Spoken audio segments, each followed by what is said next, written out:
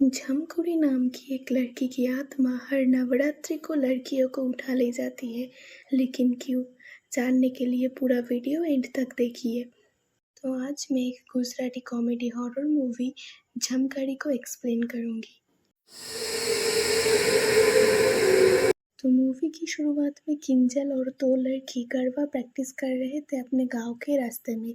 तभी गांव का एक आदमी आके उनका रेडियो तोड़ के उन्हें गरबा बंद करने को कहता है। वो आदमी कहता है झमकुड़ी को गरबा पसंद नहीं है। अगर कोई गरबा करेगा तो झमकुड़ी उसे उठा ले जाएगी। वो लड़कियां इन बातों में विश्वास नहीं करता। उसी रात को उस रानीवाड़ा गांव में रात में एक लड़की अपने घर के छत पे गरबा सॉन्ग सुनते सुनते सो रही थी। तभी अचानक कोई उसे छत से उठा ले जाती है। अब 2 दिन पहले की सीन आती है जहाँ पे एक रीडेवलपमेंट एजेंट मनसुख उस गांव में आता है रानीवाड़ा महल को रीडेवलप करने। रास्ते में वो एक चाय के दुकान में रुकता है।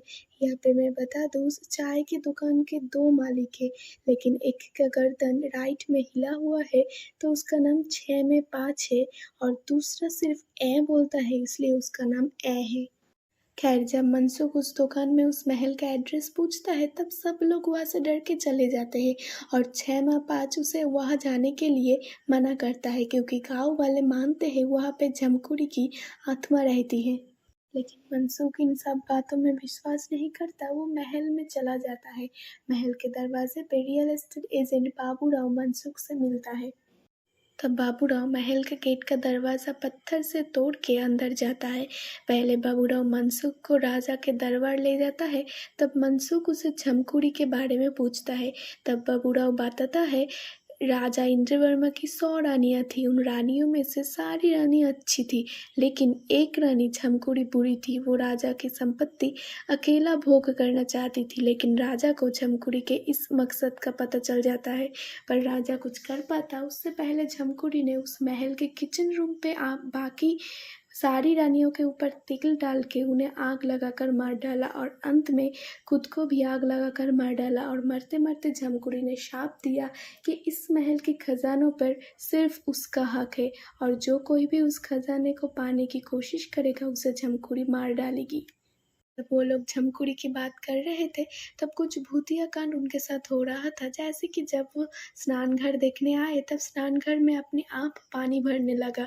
फिर जब वो उस महल के अंदर मरा हुआ बरगद के पेड़ के सामने आते हैं तब उस पेड़ से अचानक एक शाखा उनके सामने गिरता है। फिर मनसुख और बाबूराव एक अंडरग्राउंड रूम के सामने आते हैं। तब मनसुख बाबूराव को खजाने की लालच देकर उसके साथ उस रूम में जाता है। उस रूम में अंधेरा था और बाबूराव की टॉर्च से भी कुछ साफ नहीं दिख रहा था। फिर अचानक बाबूराव के पीछे से मनसुख गायब हो गया। बाबूराव के ढूंढने पर जब वो नहीं मिला तब बाबूराव बाहर आ गया। बाहर उसे उसके पुलिस ऑफिसर दोस्त ओकियो मिलता है। बाबूराव ओकियो को सारी कहानी बताता है और झमकुड़ी की बात सुन के ओकियो को उल्टी आना शुरू हो जाता है। यहाँ उन दोनों की बातों से पता चलता है ओकियो जब भी डरता है तब उसे उल्टी आता है। उसके बाद बाबूराव और ओकियो मनसुख को ढूंढने अंदर जाते हैं। तब उन्हें मनसुख मिलता है, लेकिन फिर से उनके सामने ही उसे कोई खींच के ले जाता है। एक दिन पहले का सीन दिखाया जाता है। बाबलू शहर में अपनी शादी के लिए उसकी फ्रेंड गेल जिस कैफे में वेटर है उस कैफे में कई लड़कियों से मिलता है, लेकिन सारी लड़कियां उसे रिजेक्ट कर देता है। फिर एक झमेले में बाबलू और गेल को पुलिस अरेस्ट करके लॉकअप में डाल देता है। प्रेजेंट सीन में उस लड़की को झमकुड़ी ले जाती है और सब लोग बाबूराव के घर में हमला करते हैं, क्योंकि पहले तो बाबूराव की बेटी किंजल ने गरबा खेला लड़कियों से मिलके। फिर उसके पिता बाबूराव उस हवेली का दरवाज़ा खोला और इसलिए अब झमकुड़ी गांव की लड़कियों को एक एक करके उठा रही है। इसी तरह बाबलू जिस लॉकअप में था उस लॉकअप में तांत्रिक कालीचरण से उनकी मुलाकात होता है। तब गेल बाबलू के बारे में तांत्रिक से पूछता है। तांत्रिक बाबलू को अपने पास बुलाता है और किसी अदृश्य शक्ति से अनजान भाषा में बात करता है। जब वो लोग पूछता है वो किससे बात कर रहा है तब कालीचरण बताता है उसकी पत्नी राधा मरने के बाद भी उसके साथ है और परलोक की भाषा में वो लोग एक दूसरे से बात करते हैं। खैर कालीचरण बाबलो को कहता है उसके 100 शादी होगा। ये सुन के बाबलो गुस्से में तांत्रिक को मारने लगता है।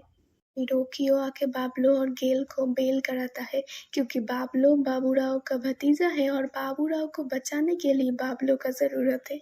इसके बाद रानीवाड़ा के वारिस राजकुमारी को देख पाते हैं जो अपने घर बैंक के पास मॉर्गेज रख के 30 करोड़ का लोन लिया था, लेकिन लोन नहीं दे पाने के कारण बैंक वाले उनकी घर नीलाम करना चाहते हैं। लेकिन राजकुमारी बैंक वालों से 1 महीने का समय लेता है। तब राजकुमारी का हस्बैंड कहता है कैसे वो लोन चुकाएगा क्योंकि उनका बिजनेस तो पहले से ही डूबा है। तब वो कहती है उसकी भाई की बेटी कुमुद लंदन से आ रही है, उसे अपने बातों में उलझा कर वो महल बेच देगा और उस महल की खजाना भी लूट लेगा। लेकिन महल बेचना इतना भी आसान नहीं होगा क्योंकि उसका भाई विश्वजीत भी उस महल के खजाने के पीछे पड़ा है। दूसरी तरफ विश्वजीत को देख पाते हैं जो उस महल के आसपास की जमीन जोर जबरदस्ती से वहाँ के लोगों से छीन रहा है और जब एक आदमी उनसे जमीन लौटाने की बात करता है तब वो उसकी बेटी से बदतमीजी करता है, इसलिए वो आदमी चला जाता है। फिर इसके बाद बाबलो और गेलोकियो के साथ गाँव आता है। बस स्टैंड में बाबलो को एक लड़की दिखती है जो उसे बहुत पसंद आती है। बाबलो उससे बात करने जाता है तब विश्वजीत वहाँ आते हैं और उनकी बातों से पता चलता है ये लड़की लंदन से आई कुमुद है। जब विश्वजीत कुमुद से उसकी लगेज के बारे में पूछता है तब कुमुद कहती है उसकी लगेज खो गई है। विश्वजीत कुमुद को राजकुमारी के घर ले जाते हैं। फिर कुमुद राजकुमारी की बेटी के साथ अंदर चली जाती है। वहाँ पे राजकुमारी कहता है वो महल उसकी होगी क्योंकि विश्वजीत एडॉप्टेड है और एडॉप्टेड बेटे को जायदाद नहीं मिलता। तब विश्वजीत कहता है हर हाल में वो उस महल को अपना बनाएगा। बाबलो और गिल अब बाबूराव के घर जाते हैं। वहाँ पे बाबलो गांव वालों से कहता है 10 दिन के अंदर वो झमकुड़ी की समस्या का हल करेगा और अगर नहीं कर पाया तो बाबूराव गांव से चला जाएगा। बाबलो की बातें सुनकर गांव वाले वहाँ से चले जाते हैं। उसी रात को गरबा करने वाली दूसरी लड़की को झमकुड़ी घर से उठा ले जाती है। अब सिर्फ किंजल बची थी। मुझसे राजकुमारी कहता है पहले महल में नवरात्रि धूमधाम से मनाया जाता था लेकिन अब वहाँ पे कुछ नहीं होता। ये सुनकर कुमुद सजेस्ट करती है वो लोग ये नवरात्रि रानीवाड़ा में सेलिब्रेट करेंगे। ये सुनकर राजकुमारी खुश हो जाती है क्योंकि वो तो यही चाहती थी। कुमुद रानीवाड़ा जाती है और बाबलो उसे महल घुमाता है। बाबलो धीरे धीरे उसे प्यार करने लगता है। कुमुद महल को रेनोवेट करवाती है। फिर सब लोग वहाँ पे रहने आते हैं। उसी दिन रात को जब कुमुद और राजकुमारी की बेटी बातें कर रही थी तभी अचानक वहाँ की लाइट चली जाती है और कुमुद देखती है कोई राजकुमारी की बेटी को खींच के ले जाती है। इन घटनाओं से सभी लोग डर जाते हैं लेकिन बाबलो कहता है ये काम किसी इंसान का है, कोई झमकुड़ी बन के सबको डरा रही है। खैर फिर किंजल को देखने लड़के वाले आते हैं लेकिन किंजल बाबलो को कहता है उसे कोरियोग्राफर बनना है लेकिन उसके पापा नहीं मान रहे हैं। तब बाबलो किंजल को अपने दिल की बात सुनने को कहता है। उसी रात को किंजल भाग रही थी बैग लेकर लेकिन रास्ते में कोई उसे खींच के ले जाती है। पर दिन सब लोग जान पाते हैं किंजल भी मिसिंग है लेकिन उसका बैग भी नहीं मिलता है। की तरफ 10 दिन पूरे होने को थे इसलिए गांव वाले फिर से बाबूराव के घर के सामने इकट्ठे होते हैं। तब बाबलू कहता है उसे यकीन है झमकुड़ी के नाम पे कोई इंसान ये काम कर रहा है इसलिए वो अब उसे पकड़ना चाहती है। गांव वाले उसका साथ देगा तो उसे पकड़ना आसान होगा लेकिन कोई गांव वाले हेल्प के लिए आगे नहीं आते। फिर कुमुद कहती है वो बाबलो का हेल्प करेगा। तब गेल ओकियो बाबूराव छामा पाँच और ए भी हेल्प करने आता है। लो 3 टीम बनाता है, एक में ओखिया और बाबूराव, दूसरे में गेल, छामा पाँच और ए होगा और तीसरे में ओ और कुमुद होगा। तीनों टीम अलग अलग जगह पहरा देगा और जिसे झमकुड़ी दिखेगा वो उसे पकड़ेगा। रात में वो लोग पहरे देते हैं लेकिन तीनों जगह उन्हें झमकुड़ी दिखाई देता है। ओकियो झमकुड़ी के ऊपर उल्टी करके उसे पकड़ता है। दूसरी तरफ गेल पोसेस्ड होने का नाटक करके अपने हाथ के बल चलता है, इससे झमकुड़ी पीछे हटने लगती है। तब ए और छामा पाँच झमकुड़ी को पकड़ते हैं। कुमुद अपने सामने खड़ी हुई झमकुड़ी को कहती है अगर वो सच में झमकुड़ी है तो उसे पकड़ के दिखाए। तब बाबलो भूत बन के उसे डराती है और झमकुड़ी बेहोश हो जाती है। दोनों झमकुड़ी को पकड़ के जब वो उनके चेहरे देखते हैं तो उन्हें पता चलता है एक मनसूख है, एक है विश्वजीत का चेला और एक अनजान लड़की है। गायब हुआ लड़कियां उन्हें नहीं मिलती, पर पाब्लो को राजकुमारी की बेटी मिलती है। तब पाब्लो कहता है राजकुमारी ने खुद अपनी बेटी को छुपाया था ताकि कुमुद डर के महल को बेच देने की बात करे। ओकियो विश्वजीत को पकड़ के थाने में ले जाके अच्छे से मार के पूछता है लड़कियां कहाँ है, लेकिन विश्वजीत कहता है वो लड़कियों के बारे में नहीं जानता। जब टॉर्चर करने पर भी विश्वजीत कुछ नहीं बताता है तब ओकियो उसे छोड़ देता है। दूसरी तरफ नवरात्रि के दिन रानीवाड़ा में राजकुमारी गांव वालों को गरबा खेलने के लिए आमंत्रित करती है। रात को सब लोग महल आते हैं, तब सब लोग मिलकर गरबा करते हैं। कुमुद भी उसमें था। उसी फेस्टिवल में राजकुमारी महल बेचने के लिए एक आदमी को भी बुलाती है। ये देखकर कुमुद अजीब तरह से जोर जोर से गरबा करने लगती है।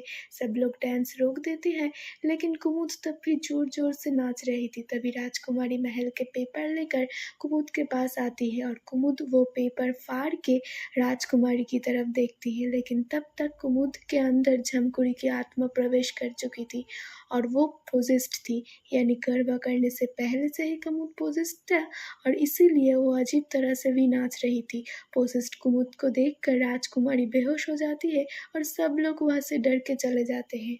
आप लोग कुमुद को बचाने के लिए जेल से तांत्रिक कालीचरण को ले आता है। कालीचरण महल के बरगद के पेड़ के सामने जाके कहता है इस पेड़ के नीचे झमकुड़ी का अवशेष है, उसे जला देने पर झमकुड़ी चली जाएगी। तब रात में वो तांत्रिक उस पेड़ के सामने पूजा शुरू करता है। वहाँ पे बाबलो और सभी गांव वाले भी था। कुछ देर बाद तांत्रिक पेड़ के सामने खुदाई करने को कहता है। वहाँ पे विश्वजीत अपने लोगों को लेके आता है महल को बम ब्लास्ट में उड़ाने के लिए, लेकिन झमकुड़ी उसे मार देती है।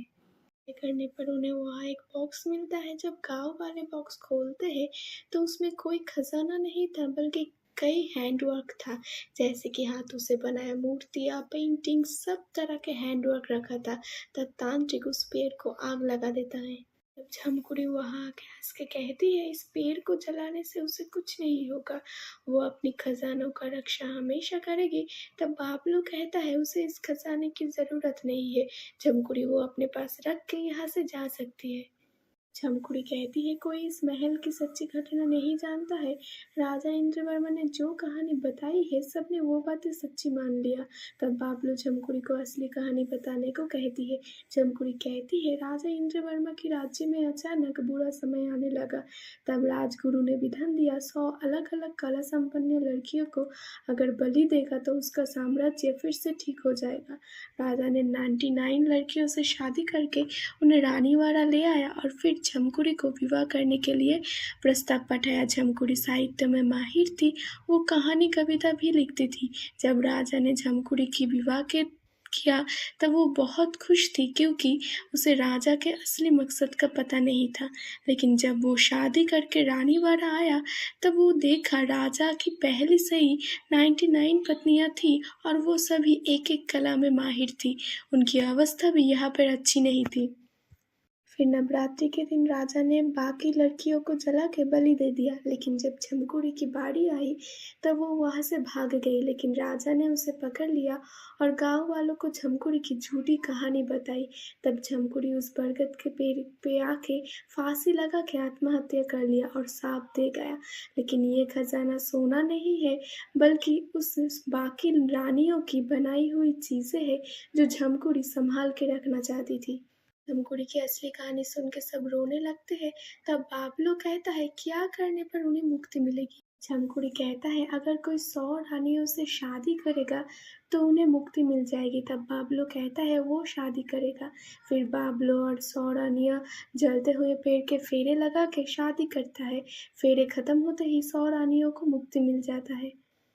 अगले दिन गायब हो गई लड़कियां वापस आ जाती है, लेकिन किंजल नहीं आता है, इसलिए सब लोग चिंता में थे। तभी किंजल आती है। दरअसल किंजल शहर भाग गया था अपने सपनों को पूरा करने और उस रात उसे गेल खींच के दूसरे रास्ते से बाहर भेजा था। अब गांव में सब ठीक हो जाता है और झमकुड़ी का समस्या ठीक करने के लिए गांव वाले बाबलू और गेल को बहुत सारे पैसे देते हैं। अब गेल बाबलो को बताता है वो किंजल को पसंद करता है। दूसरी तरफ बाबलो को मुझसे उसके प्यार के बारे में कहता है। तब गेल उसे पुकारता है। वहाँ पे जाने पर बाबलो देखता है असली कुमुद तो आज लंदन से आई है। उसकी फ़्लाइट कैंसिल हो गई थी, इसलिए वो नवरात्रि पे नहीं आ पाई। ये बात उसने बताने की कोशिश की थी लेकिन बता नहीं पाई। असली कुमुद को देखकर बाबलो पीछे देखता है जहाँ पे नकली कुमुद खड़ी थी, लेकिन अब वो जगह खाली थी। तब बाबलो समझ पाता है वो कुमुद नहीं बल्कि जमकुंडी था और वो अपना सच दुनिया को बताने आई थी। बाबलो गांव वालों के दिए हुए पैसों से उस 100 रानियों का जो हैंडवर्क मिला था उससे गांव में एक म्यूजियम बनाता है और वहाँ पे एक बड़े से फ्रेम में जमकुंडी का पिक्चर लगाता है। फिल्म यहाँ पे ही ख़त्म हो जाता है। ऐसे वीडियो के लिए मेरे चैनल को सब्सक्राइब कर देना। Thank you.